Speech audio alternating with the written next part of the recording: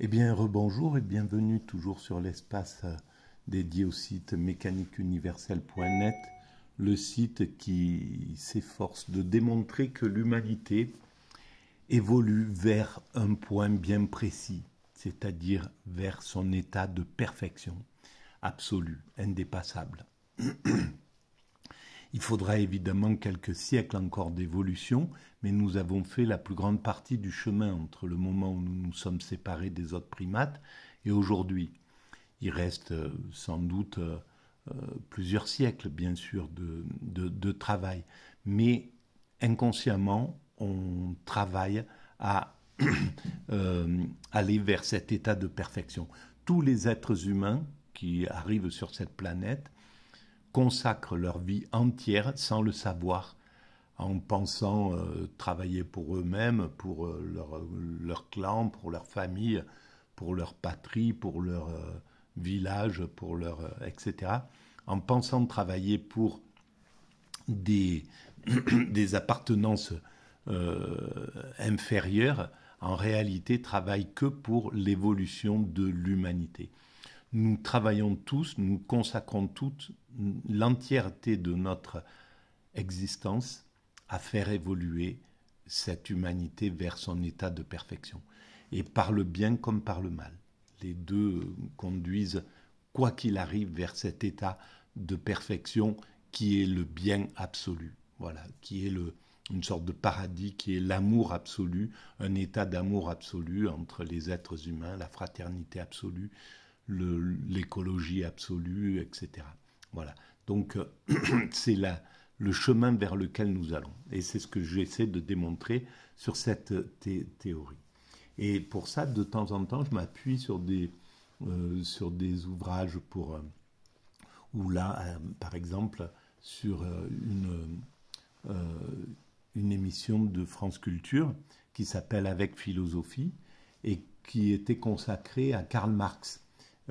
Et dans la première audio, le premier épisode, c'était Marx et le jeune hegelianisme. Voilà. Et donc, c'est la 6e vidéo que je vais faire là. Donc, je lance l'écoute et puis je commente éventuellement quand j'ai mon petit grain de sel à dire. Voilà. Alors, ce sont des pensées atypiques, plutôt du côté autistique. Et donc, je ne suis pas un universitaire, j'ai une façon bien particulière de penser les choses. Et voilà, donc il faut les prendre avec le recul nécessaire. Voilà, je lance la vidéo. Aussi produire un rapport nouveau à cette notion de praxis qui existait déjà sous sa plume et qui là prend un sens nouveau. On écoute un extrait de la contribution à la critique de la philosophie du droit de Hegel, ce texte de 1844 de Marx. Il est vrai que l'arme de la critique ne peut pas remplacer la critique des armes, que le pouvoir matériel ne peut être renversé que par un pouvoir matériel. Mais la théorie devient elle aussi un pouvoir matériel dès lors qu'elle s'empare des masses. La théorie est capable de s'emparer des masses dès lors qu'elle démontre ad nominem. Et elle démontre ad nominem dès qu'elle devient radicale. Être radical, c'est saisir la chose à la racine. Mais la racine de l'être humain. Alors, je pense qu'il parle là, Marx, d'aller à la simplification, d'aller à la radicalité des termes, de l'explication, pour éclairer les masses, en fait, pour leur permettre d'eux-mêmes désirer le changement. Et on voit bien tout le travail qui est d'éteindre les masses, justement. Par exemple, là, depuis que le capitalisme a pris le pouvoir total sur la planète dans les années 90, eh ben on voit que instinctivement, parce que c'est pas par méchanceté, mais instinctivement, le patronat mondial, l'organisation des dominants, en somme, instinctivement, va abêtir les masses, va les empêcher de devenir des citoyens avec un esprit critique. Et donc toutes les émissions qui sont là utilisées par exemple par la télévision pour abêtir les peuples, eh ben, elles ont été initiées par le patronat, par le système dominant. Ça a été dès le début par les Berlusconi, etc., ceux qui ont pris un peu le pouvoir à ce moment-là, les TF1, les Bouygues en France, ou je ne sais pas qui dans les autres pays. Mais bon, voilà, c'était l'idée, et ça se fait instinctivement, c'est pas un désir, c'est pas une volonté, c'est juste que le mécanisme est comme ça, voilà, pour abêtir. Et Marx a compris qu'il fallait aller travailler sur la conscience des peuples. Et on voit à quel point c'est difficile aujourd'hui, justement, avec l'abêtissement de la population, à quel point cet abêtissement a permis, a profité à l'extrême droite, qui est, ou à la droite et à l'extrême droite, qui est le choix de l'oligarchie qui détient l'oligarchie, donc les dominants qui détiennent les médias, CNews, BFM, TF1, LCI, etc. Tous ces médias-là, eh bien, leur intérêt, c'est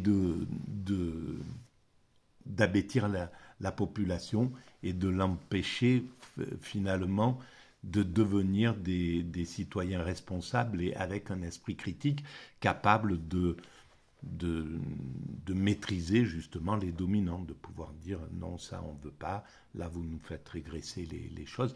Donc d'être conscient de ce qui se passe, de l'abus dont ils sont victimes. C'est l'être humain lui-même.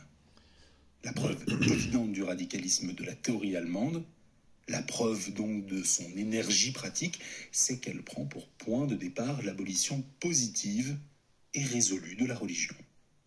La critique de la religion s'achève par la doctrine d'après laquelle l'être humain est pour l'être humain l'être suprême. Donc par l'impératif catégorique de renverser tous les rapports existants. Alors, à l'époque, le religieux avait une importance majeure dans la domination des masses. Et donc, il était légitime que Marx lutte contre ça. Évidemment. Maintenant, ce n'est pas le cas. Ce qui prédomine dans l'humanité, c'est l'oligarchie. C'est le système oligarchique. C'est le capitalisme, en somme. C'est le marché. Voilà. Et donc, c'est contre cela qu'il faut lutter, évidemment.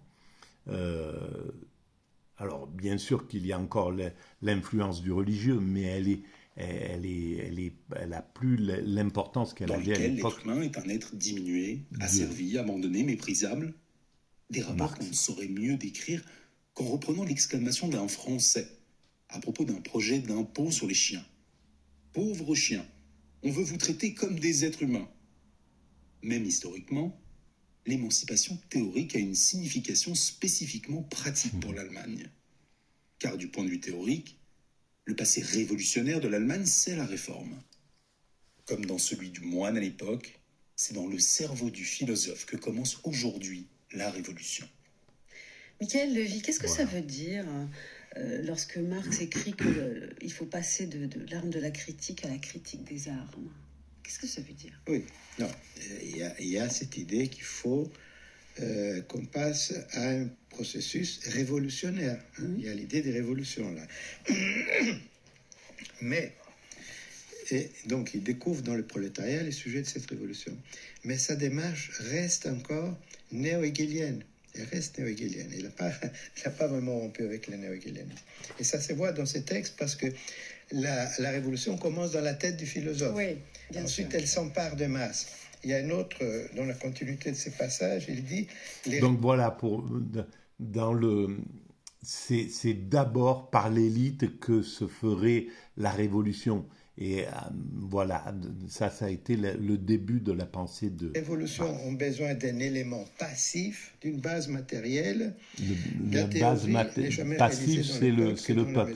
Le réalise le besoin du peuple. Donc, il y a ce paradoxe que l'activité vient de l'esprit, de la philosophie. Il y a un autre passage où il dit la même chose. Il dit, dès que l'éclair de la pensée aura pénétré au fond de ces naïfs terrains populaires, les Allemands s'émanciperont. Pardon. Oui. Donc, il y a la pensée née dans la tête du philosophe, elle s'empare de masse, elle tombe comme un éclair sur ce naïf terrain populaire qui est la base matérielle passive. Donc c'est très paradoxal. Même lorsqu'il dit, il écrit ceci, la critique de la philosophie spéculative du droit, ça c'est du Feuerbach, il critique Hegel exactement comme Feuerbach, débouche non sur elle-même, donc pas sur la philosophie, enfin moi c'est ça que j'entends, mais vous me direz, débouche non sur elle-même, mais sur des problèmes dont la solution n'est possible que par un seul moyen, la praxis. Oui. Est-ce qu'il n'est pas en train de comprendre que la théorie a des limites et qu'il va falloir passer à la praxis? Oui. La praxis, c'est l'action, à mon sens. Oui, mais comment on arrive à la praxis quand la théorie descend sur les masses et les met en mouvement, n'est-ce pas? Les masses sont encore un élément passif. L'activité vient de la philosophie. Voilà, alors c'est là où c'est vraiment intéressant, c'est-à-dire que la logique voudrait que pour que les masses ne soient plus un élément passif, il faut arriver à trouver le moyen de les éduquer. Et ça, c'est d'ouvrir leur conscience. C'est pas les éduquer, c'est ouvrir leur conscience, les sortir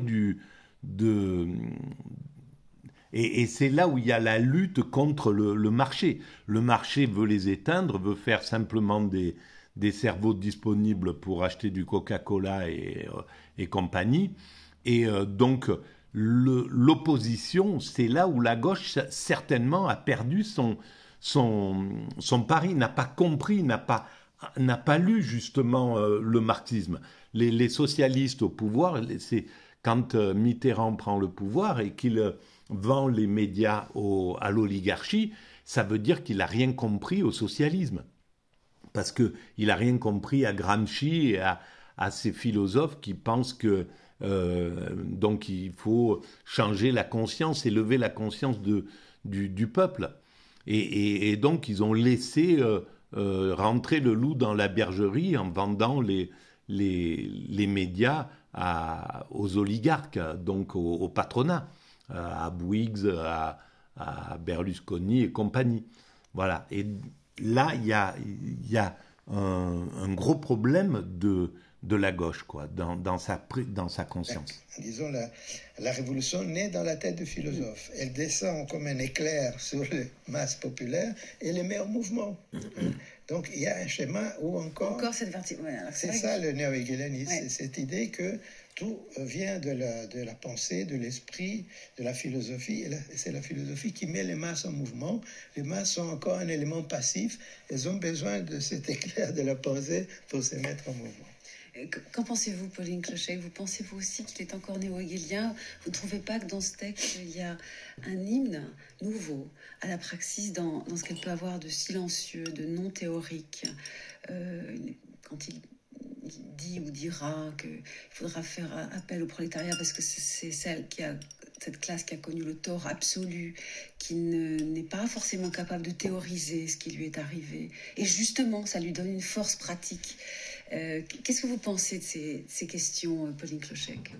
Ce qui est certain, c'est que, contrairement à l'époque où il était journaliste, Marx considère que les intellectuels ne peuvent plus être l'acteur ultime de l'histoire et l'acteur ultime qui fait le succès des revendications populaires. Et il a tout à fait raison.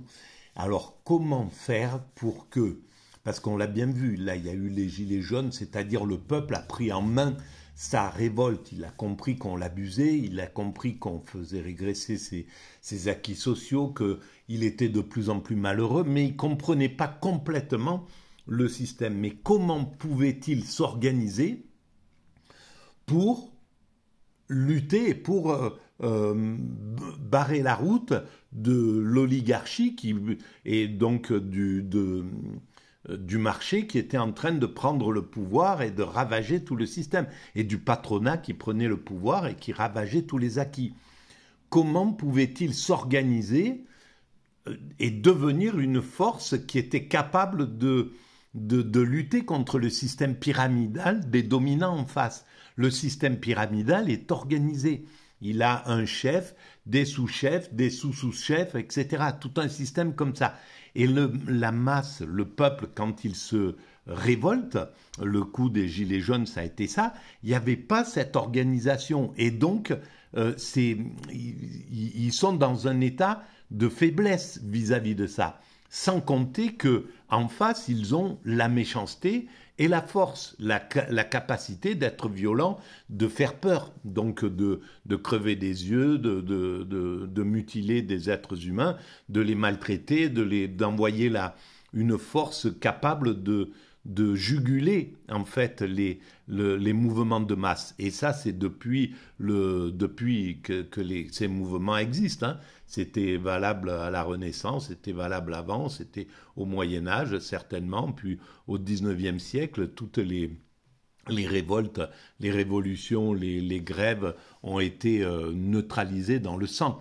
Donc on n'a rien changé à ce niveau-là. Il y a quelque chose qui fait que la conscience de Marx, soit elle n'avait pas compris comment pouvoir organiser, comment le peuple peut s'organiser pour pouvoir être une force vraiment active face au système pyramidal, la pyramide la pyramide comment il s'appelle, bon bref, ce système pyramidal qui est un système de voyous, hein, un système mafieux qui grâce à ça parvient à avoir un système qui peut neutraliser et faire ce qu'il veut au peuple, quoi, dominer le peuple et passer par-dessus le peuple, pouvoir être antidémocratique, décider pour lui d'aller à la guerre, décider pour lui de réduire les acquis sociaux, décider pour lui, etc., etc. Donc ce qui est totalement antidémocratique en réalité. Cependant, regardons la structure de cette première phrase qui vient d'être lue et qui est très connue. On retient généralement la première partie. L'arme de la critique ne peut pas remplacer la critique des armes. Et regardez la structure de la phrase. Marx écrit « Il est vrai que l'arme de la critique ne peut pas remplacer la critique des armes. » Donc c'est une concession et il ne fait que rappeler ce qui est une évidence, qui est que si on veut renverser un pouvoir, il faut de la violence par les armes. Mais quand on fait une concession, ce qui compte, c'est ce qui vient après. Et ce qui vient après, c'est mais la théorie devient elle aussi un pouvoir matériel dès lors qu'elle s'empare des masses. Et c'est là que je serais d'accord avec Michael, c'est que c'est une thèse de Marx qui a pour objet de montrer la portée pratique de la théorie, bien sûr. C'est-à-dire de montrer... Voilà, c'est bien ça. Pourquoi la gauche n'a pas travaillé sur l'élévation du niveau de conscience, d'esprit critique du peuple. Pourquoi il n'a pas fait ça quand il a été au pouvoir pendant 10 ans, 15 ans? Pourquoi dans ces 15 ans-là, il n'a pas révolutionné la conscience du peuple? Le rôle que peuvent jouer les intellectuels pour les... Alors peut-être qu'ils ne l'ont pas fait parce que, pour pas tomber non plus dans un excès qui serait dictatorial, pour une sorte de manipulation des foules. Mais en même temps, ils ont joué le jeu du patronat, tout simplement. Et ça, c'est scandaleux, quoi. Voilà. Même si de l'autre côté, ça aurait exigé, mais en fait, c'était pas obligé de passer par un système dictatorial. Il suffisait d'ordonner aux médias d'être pédagogiques, de ne pas les vendre d'abord à l'oligarchie, de les laisser à la disposition du peuple, donc que ce soit le peuple qui les paye et non pas des oligarques qui s'achètent BFM, CNews, etc., que ça appartienne au peuple.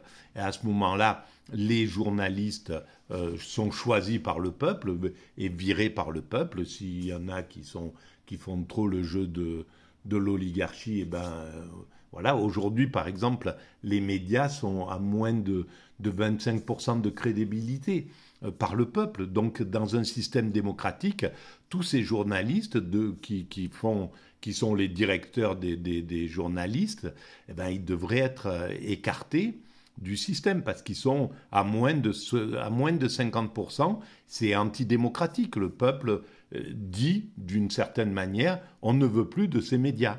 Voilà, comme on ne veut plus de cette politique actuellement, et malgré tout, le politique, même malgré les élections qu'on vient de passer, il va chercher à passer par-dessus et à être antidémocratique, et il y parviendra, parce il est dans un système pyramidal et le peuple ne peut pas se défendre.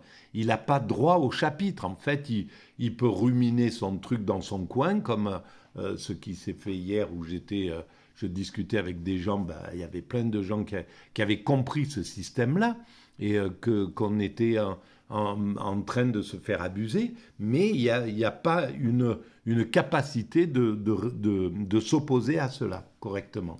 Mouvements sociaux, certes, ils ne considèrent plus comme à la Gazette rhénane que ces intellectuels sont l'agent ultime des mouvements sociaux, mais ils considèrent que leur théorie et l'animation, ce qui vient animer ce n'est plus un peuple, c'est un prolétariat qui, laissé à lui-même, ne pourrait pas produire les instruments théoriques nécessaires à sa révolte, à la révolution, et là-dessus, il changera d'avis du tout quelques mois plus tard. Alors, quelques mois plus tard, donc là, vraiment, la rupture sera nette. C'est le 10 août 1844, dans un journal qui s'appelle Vorwärts, qui veut dire en avant, où écrit aussi Arnold Ruge, et Arnold Ruge vient d'écrire un article indigné à propos de la révolte des tisserands en Silésie. Donc, sur le fond, on peut se dire qu'il devrait être d'accord, mais Marx ne fait plus confiance à cette figure de l'intellectuel, encore jeune hégélienne ou néo-hégélienne, et il va répondre très très durement à Ruge. En fait, Ruge signe juste un Prussien, ce qui prouve qu'il a un petit peu peur peut-être. Eh bien, Marx répondra à un Prussien, répondra, et c'est un texte de rupture avec celui qui a été aussi sans doute le dernier des néo-hégéliens ou jeunes hégéliens avec qui il avait encore une amitié. Qu'on se rappelle d'abord le chant des tisserands, ce cri de guerre audacieux où foyers, fabriques, districts ne sont même pas mentionnés, mais où le prolétariat clame d'emblée, de façon frappante, tranchante, brutale et violente, son opposition à la société de la propriété privée. La révolte silésienne commence justement par là où les révoltes ouvrières françaises et anglaises s'achèvent, avec la conscience de ce qui constitue la nature du prolétariat. L'action elle-même est marquée au sceau de cette supériorité.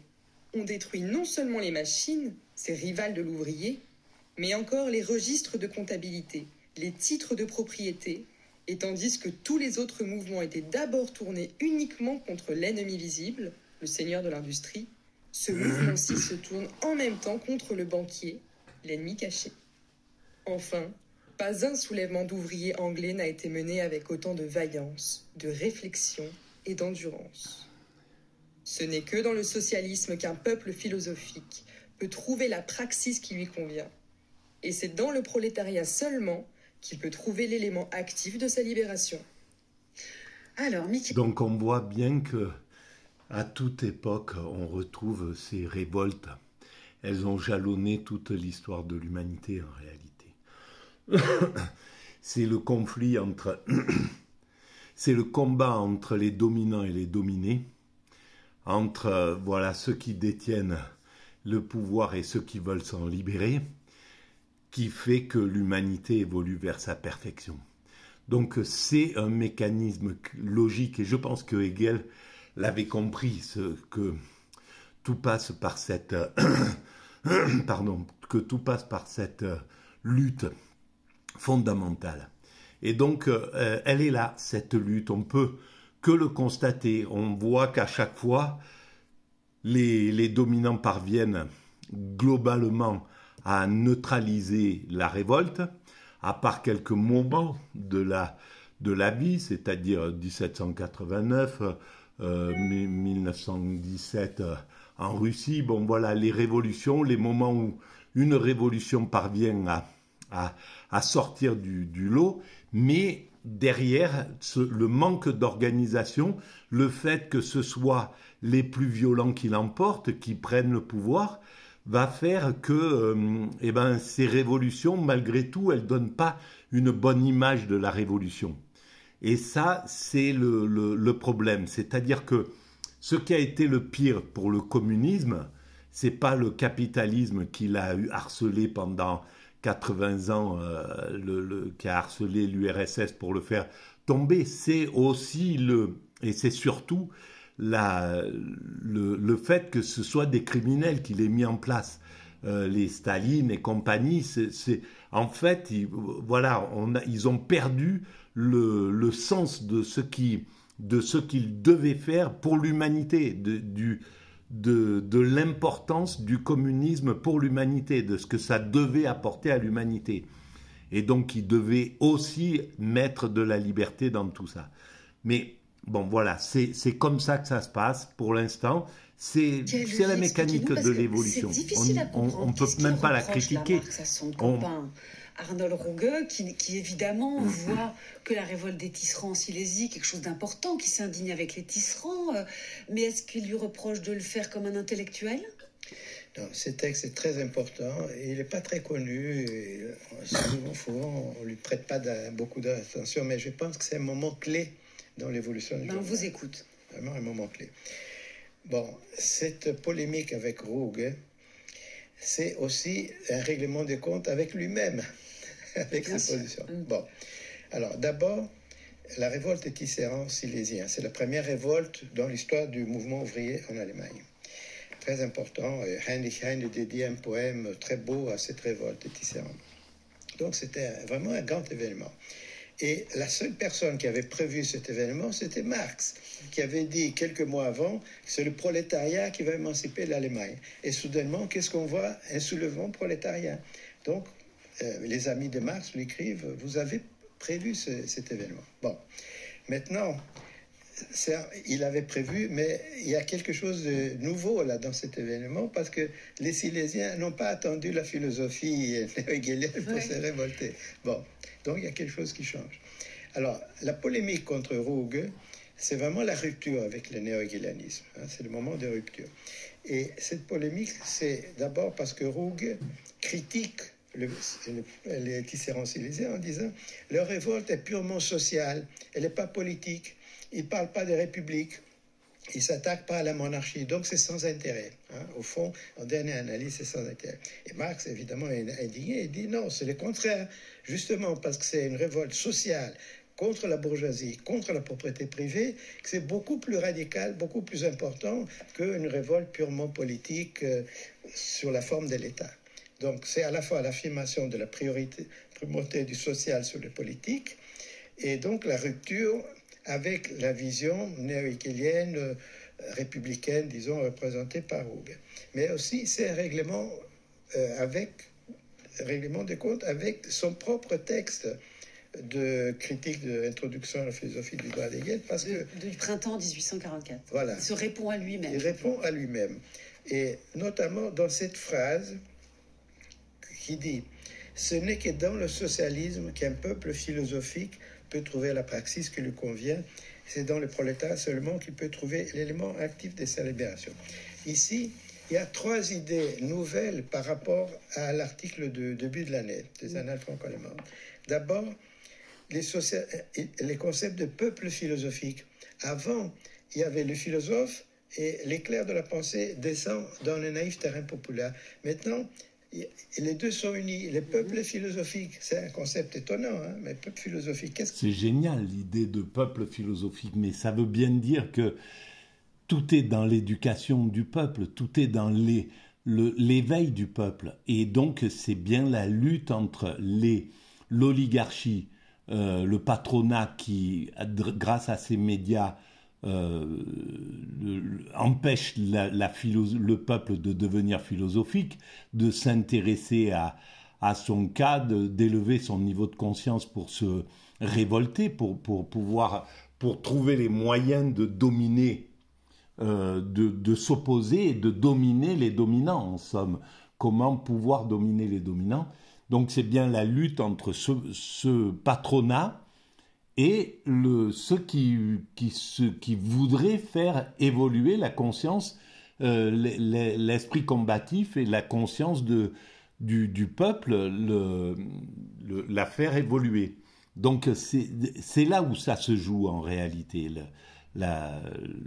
le truc. Ça veut dire, ça veut dire que le peuple lui-même pense.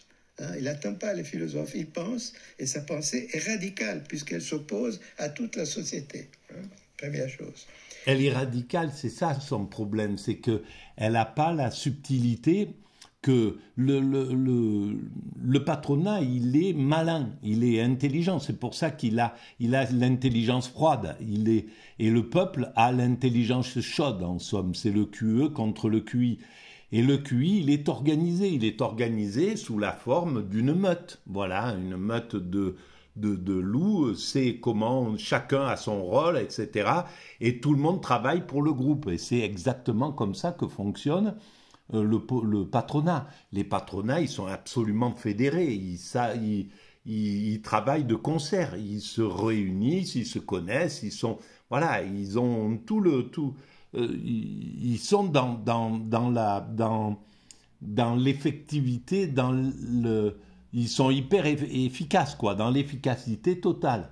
Et en face, ils ont un peuple qui est dans la foule sentimentale dont parle Bachung, pas Bachung, mais bon bref, cette foule sentimentale que nous sommes, eh ben on amène juste le QE, le coefficient émotionnel, et face au QI, eh ben ça fonctionne pas. Il y a quelque chose qui marche pas, et c'est ça qu'il va falloir trouver. Deuxième, comme. Le socialisme n'est plus une théorie, une philosophie, c'est une praxis.